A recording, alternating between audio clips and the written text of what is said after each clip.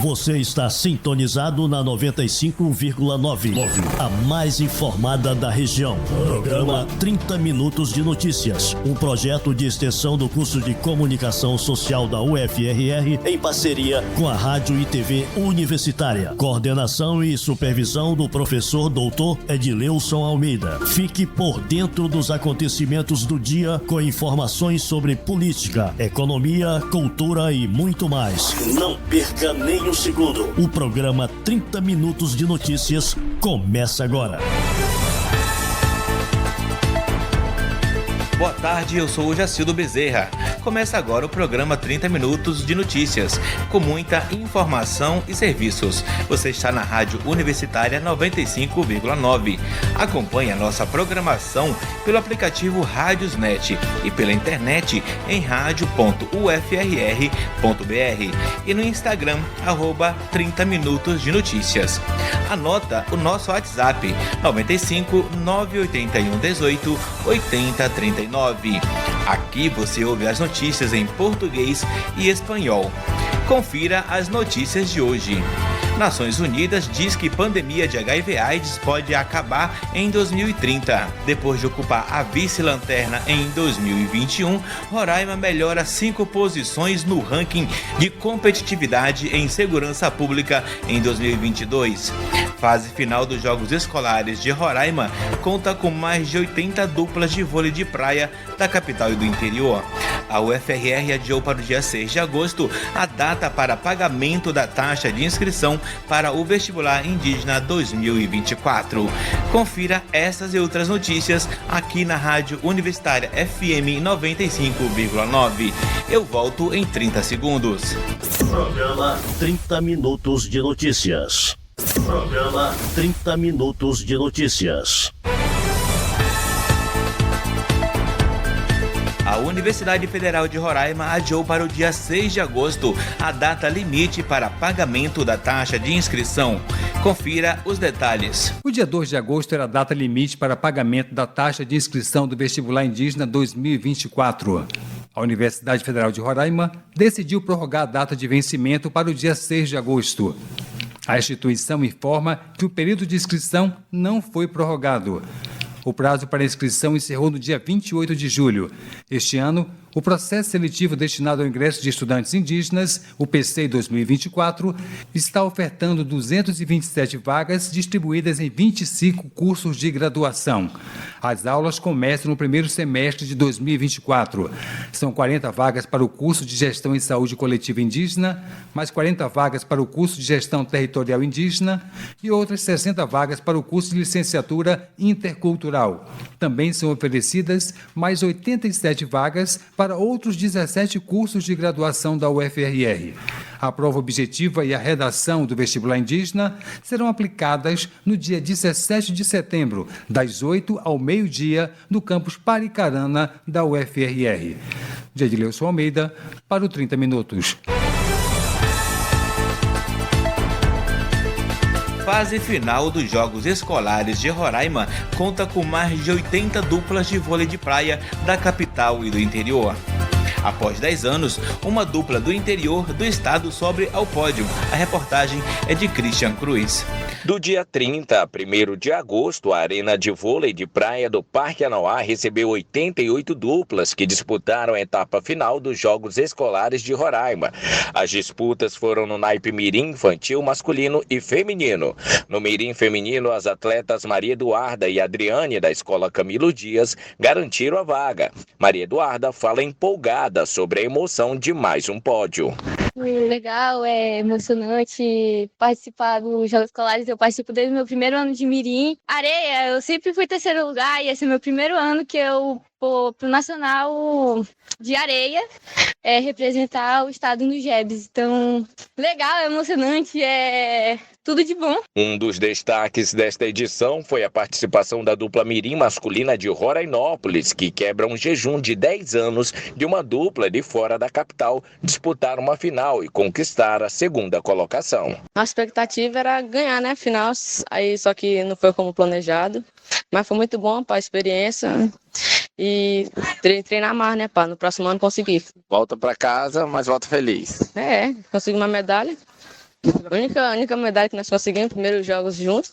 Nedson Brito, coordenador do Instituto Federal, fala da importância da interação de duplas da capital e do interior e convida os amantes do esporte para a etapa final de vôlei de quadra no Instituto Federal de Roraima. Agradecer a todos os municípios que puderam participar dentro das regionais e os campeões e os vice dessas regionais que participaram da fase final. Hoje finalizamos com o terceiro dia de competição do vôlei de praia.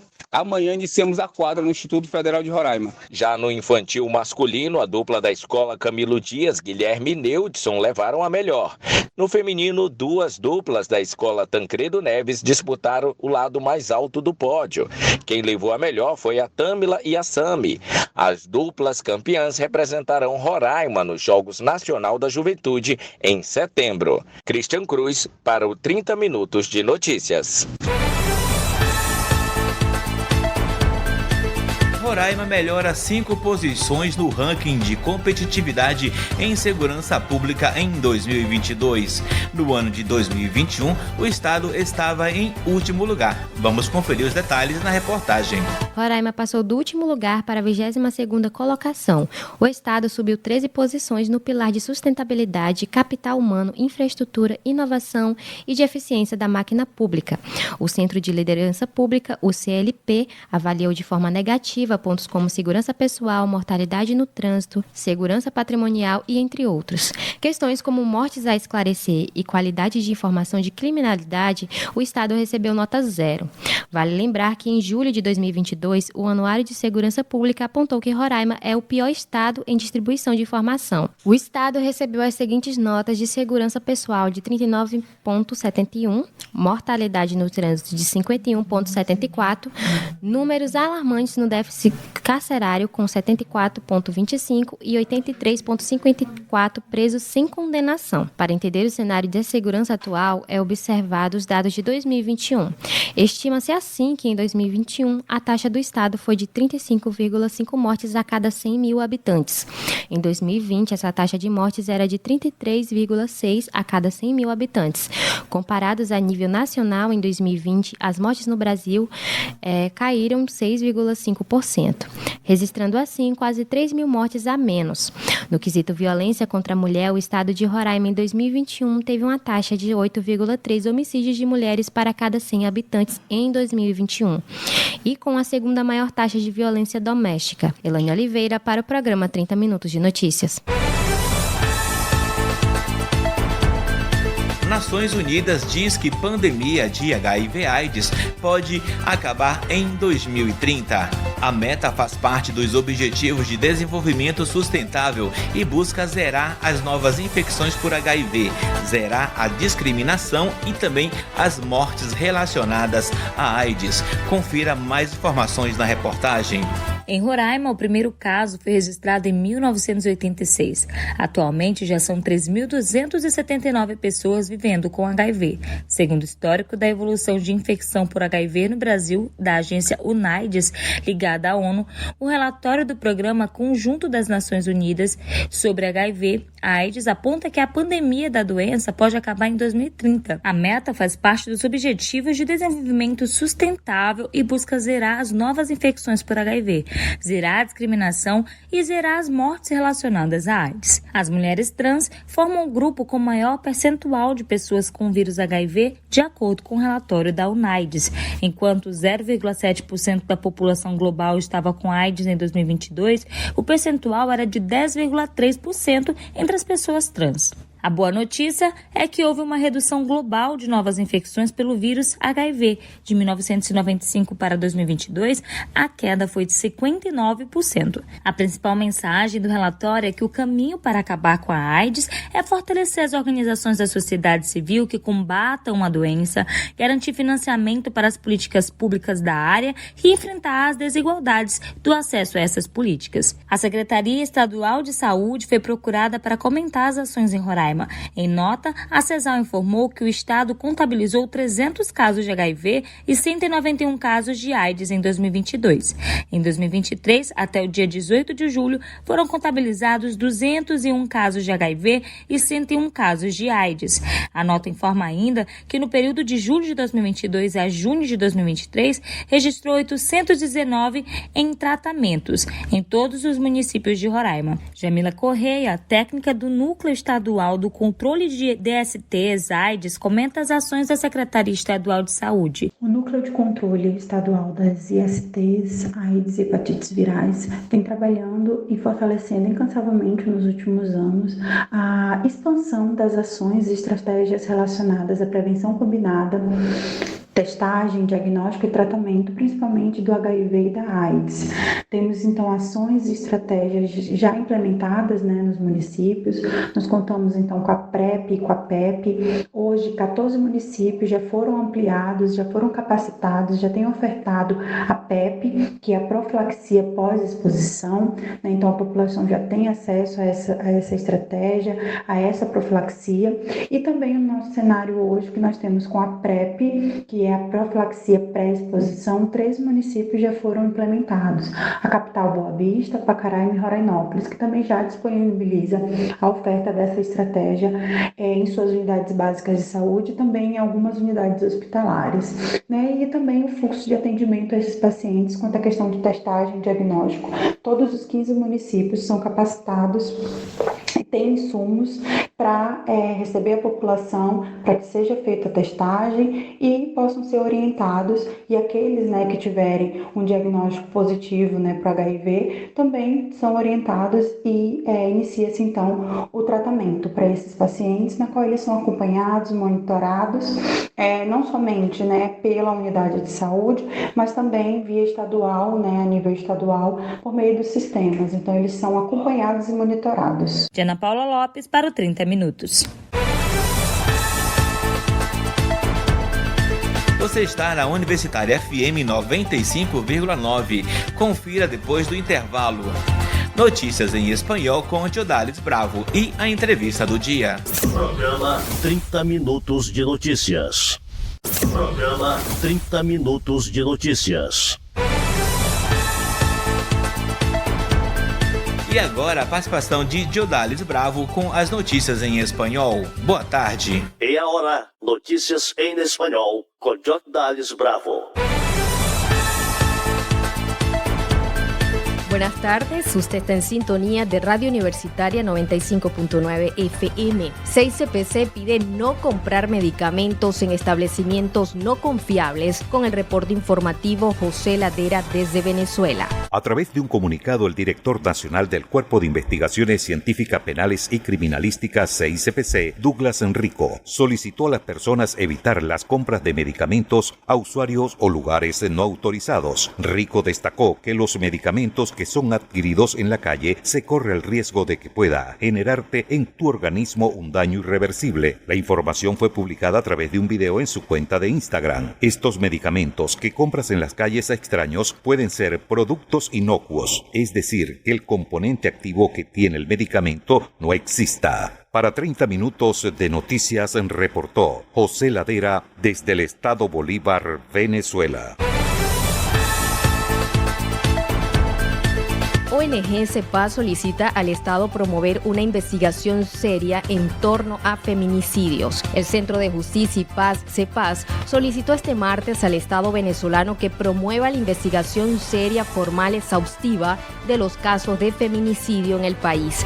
Las organizaciones de la sociedad civil aspiran a que desde el Estado se promueva la investigación seria, formal, exhaustiva, que se recojan datos y compilen estadística, no solo sobre ingresos de documentos, sino sobre la violencia contra la mujer como fenómeno social, y fomenten las investigaciones sobre sus causas y consecuencias, dijo la ONG en un comunicado de prensa. En el escrito, CEPAS criticó los datos aportados este lunes por el fiscal general Tarek William Saad, quien indicó que al menos 628 mujeres mujeres fueron asesinadas en Venezuela desde el 2018 por hombres que formaron parte de la vida de sus víctimas, la mayoría de veces como parejas sentimentales. El funcionario aseguró que en los últimos 4 años y 7 meses, el Ministerio Público ha presentado 1.208 acusaciones ante los tribunales y ha solicitado 340 órdenes de aprehensión por casos de este tipo, sin precisar el total de personas condenadas por estos hechos. Al respecto, la ONG señaló que lamentablemente la información aportada por el ciudadano fiscal general de la República no es suficiente, pues no revela los niveles de violencia, sino los niveles de recepción de casos de 2 criterios de registro de actos procesales. Tampoco son suficientes para considerarlos como indicadores sobre la respuesta del Estado ante la violencia contra la mujer, sentenció la ONG, que pidió a las autoridades detallar edades de las víctimas y datos geográficos, así como las violaciones que generaron sus muertes, pues consideran que estos datos son relevantes para la comprensión del feminicidio. Para la organización, una verdadera producción de datos científicamente levantados permitiría examinar las relaciones de poder, considerar el contexto y reflexionar además sobre las prácticas del Estado en el manejo de datos. Usted está en sintonía de Radio Universitaria 95.9 FM. Estas son las noticias en español. Al menos 90% de los estudiantes de 6º grado no están preparados para avanzar al bachillerato, denunció la Federación Venezolana de Maestros. Carmen Teresa Márquez, secretaria general de la organización gremial y sindical, indicó que ese porcentaje de la población de la educación básica tiene deficiencia en áreas como matemáticas, ciencia y castellano. Los niños no están aprendiendo. La Federación Venezolana de Maestros realizó una investigación para los niños de 6º grado y el 90% de los niños no respondió en áreas de matemáticas, ciencia y castellano. Están saliendo los niños mal preparados, en los colegios no hay calidad, dijo en una rueda de prensa.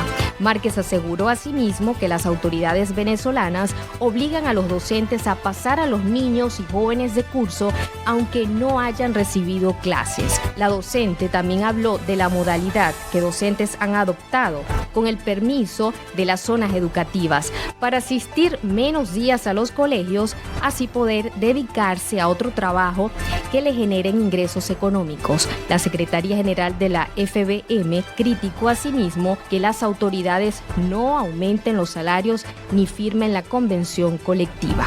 Esto es todo por hoy. Usted está en la Radio Universitaria 95.9 FM. Yo soy Yogdalis Bravo. Buenas tardes y hasta el lunes. Noticias en español con Yogdalis Bravo. E vamos à entrevista do dia. Entrevista do dia. Olá, boa tarde, sou Edileuson Almeida. Na entrevista do dia, o convidado é o advogado Josimar Batista, do grupo reflexivo Reconstruir. Doutor Josimar, obrigado por sua presença e uma boa tarde. Eu que agradeço, Edileuson, o espaço aberto mais uma vez para a gente levar esse trabalho que tem dado resultado. Estamos no Agosto Lilás, mês dedicado ao combate à violência contra a mulher. Na entrevista de hoje, o tema é sobre tratamento para quem agride mulher. Essa recuperação é possível? Exatamente, Edileuson. A Assembleia Legislativa do Estado de Roraima, através da Procuradoria Especial da Mulher, percebeu que o ponto primeiro da Procuradoria Especial da Mulher era atender a mulher vítima da Maria da Penha. E sentiu-se a necessidade de a gente ter um olhar também para o ofensor, o agressor dessa mulher. E aí surgiu o Centro Reflexivo Reconstruir, que fizemos uma parceria com o Tribunal de Justiça do Estado de Roraima e que o Tribunal de Justiça de Roraima, nós temos 2 caminhos para esse homem agressor chegar até nós. Ele vai pelo judiciário, né? Ele agrediu a companheira, uma mulher. A violência doméstica familiar não é tão somente a esposa, né? A sobrinha, a avó, a mulher. E aí percebemos a necessidade de também conversar com esse homem, atender a mulher também fragilizada já, e também conversar, atender com esse agressor. E aí surge o Reconstruir, A gente monta um cronograma estudando essa situação e nós trabalhamos de uma forma multidisciplinar.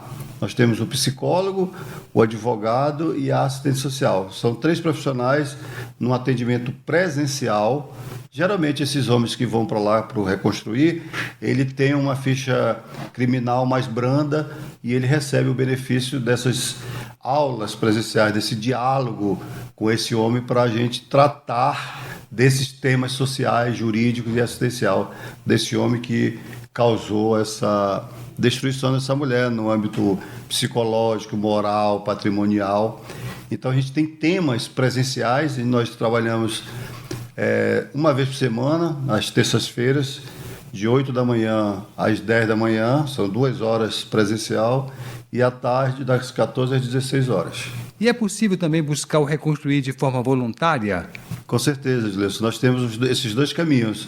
O judiciário encaminha e tem aquele homem também, a gente divulga o grupo Centro Reflexivo Reconstruir, e o homem que quiser ir voluntariamente também participar das nossas rodas de conversas, ele também está aberto a esse cidadão. E qual tem sido o resultado desse trabalho? Sim, nós fazemos esse acompanhamento, ele tem uma frequência, o judiciário exige dele, ele vai do judiciário com a pena dele. Aí tem homens que ficam com a gente no programa por 4 meses, por 6 meses e até 1 ano, que é o prazo máximo. O crime que ele cometeu é que a justiça que vai determinar quanto tempo ele vai ficar no grupo com a gente. Nós somos 48 encontros e dentro desses 48 encontros tem os mais variados temas para a gente levar para esse homem, para ele buscar refletir do ato cometido, da violência que ele cometeu contra essa mulher, contra esse familiar, essa violência doméstica que ele cometeu. No âmbito psicológico dele, a gente vai trabalhar o psicológico desse homem, trabalhar o jurídico dele e trabalhar o assistencial. Na entrevista do dia, temos a presença do advogado Josimar Batista, do grupo reflexivo Reconstruir. Existe um trabalho de acompanhamento pós-atendimento para uma ação mais preventiva? Nós acompanhamos esses homens presencialmente lá conosco, né? As frequências, é exigido da justiça a frequência, a gente manda essas frequências para o judiciário, para dentro do processo que ele responde, e também, após esse acompanhamento desse cidadão, a gente faz também um trabalho da resposta disso tudo, né? Até então, o tempo que eu estou no Centro Reflexivo, nunca mais nenhum dos homens que por lá passaram retornaram, né, para o grupo. E isso nos dá a resposta de que esse homem ele conseguiu captar, refletir, se reconstruir dentro da relação com as mulheres. Muitos casos raros, às vezes você reconstrói a mesma relação, mas a maioria dos casos ele não consegue, ele destruiu a relação primeira dele, vamos chamar assim, mas ele consegue. Nós vivemos em sociedade, né, Edilene? Nós vivemos coletivamente. Então, esse homem ele consegue um novo relacionamento e aí segue num novo relacionamento sem que volte para o grupo. Se ele não volta no grupo, esse controle que a gente faz é porque ele não cometeu novamente o crime. E qual é o perfil da pessoa agressora? Ela está nas classes mais baixas ou é um mito? É um mito isso, Edilson. O ofensor, o agressor de mulheres, ele está em todas as classes sociais. O branco, o preto, o azul, o amarelo, o indígena, já tivemos o caso, pobre, rico, o da periferia, o do Paraviana, o do Caçari.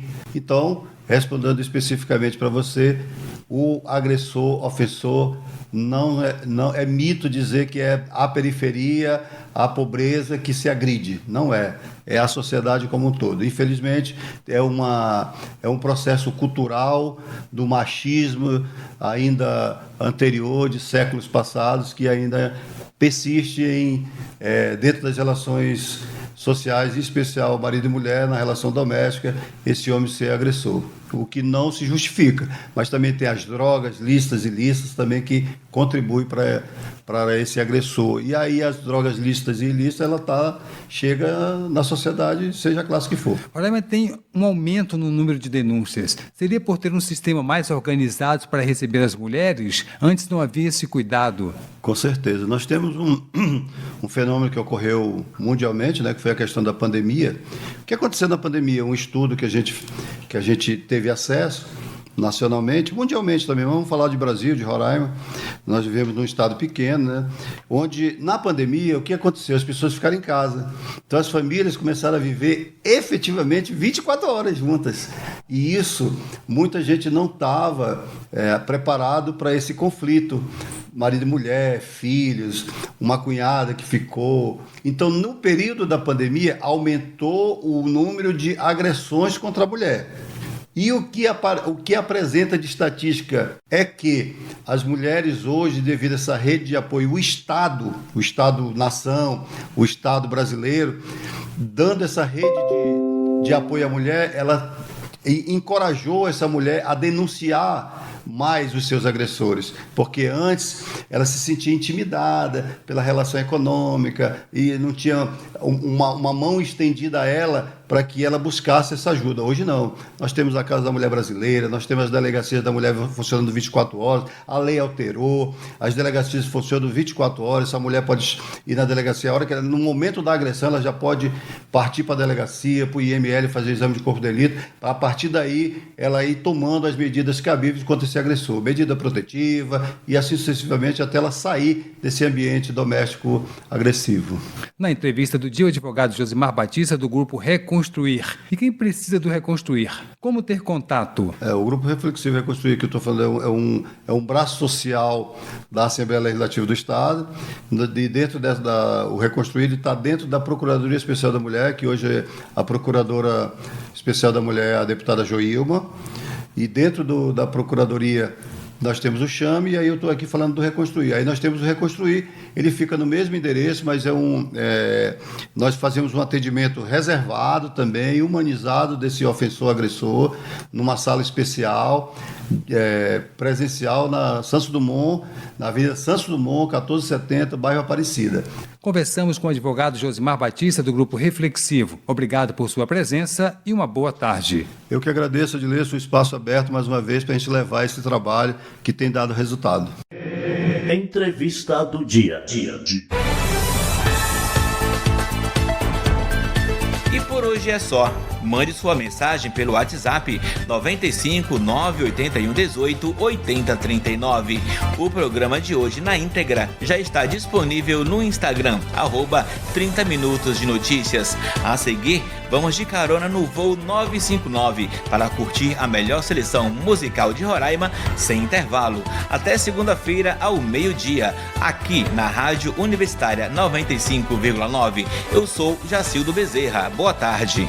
Programa 30 Minutos de Notícias. Rádio e Televisão Universitária da Universidade Federal de Roraima. Administração Josilane Silva, com apoio de Francinete Rangel.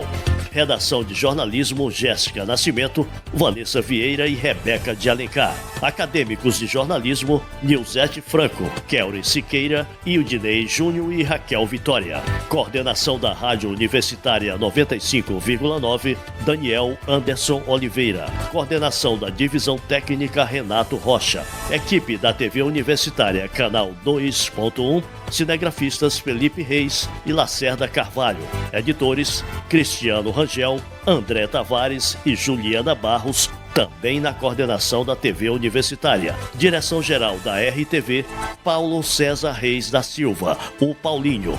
Vice-reitor Silvestre Lopes da Nóbrega. E reitor da Universidade Federal de Roraima, José Geraldo Ticianelli.